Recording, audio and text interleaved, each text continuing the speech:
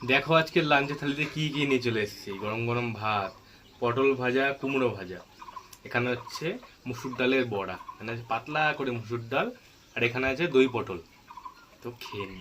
এই দই পটলের রেসিপিটা তোমরা আমাদের চ্যানেলে বড় ভিডিওতে পেয়ে যাবে, দেখে অবশ্যই ট্রাই করে নিও। আর শুকনো দই পটলটা খাই, তারপর ডাল খাও। এই দই পটলটা কেমন হয়েছে? ব্যাপক হয়েছে, খুব সুন্দর হয়েছে। ডালের পকোড়া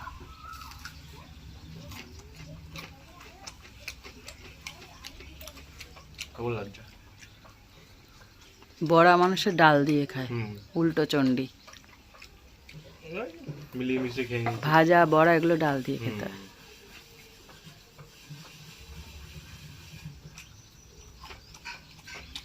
ডালের পকোড়া এরকম মচমচে হলে আর কি লাগে।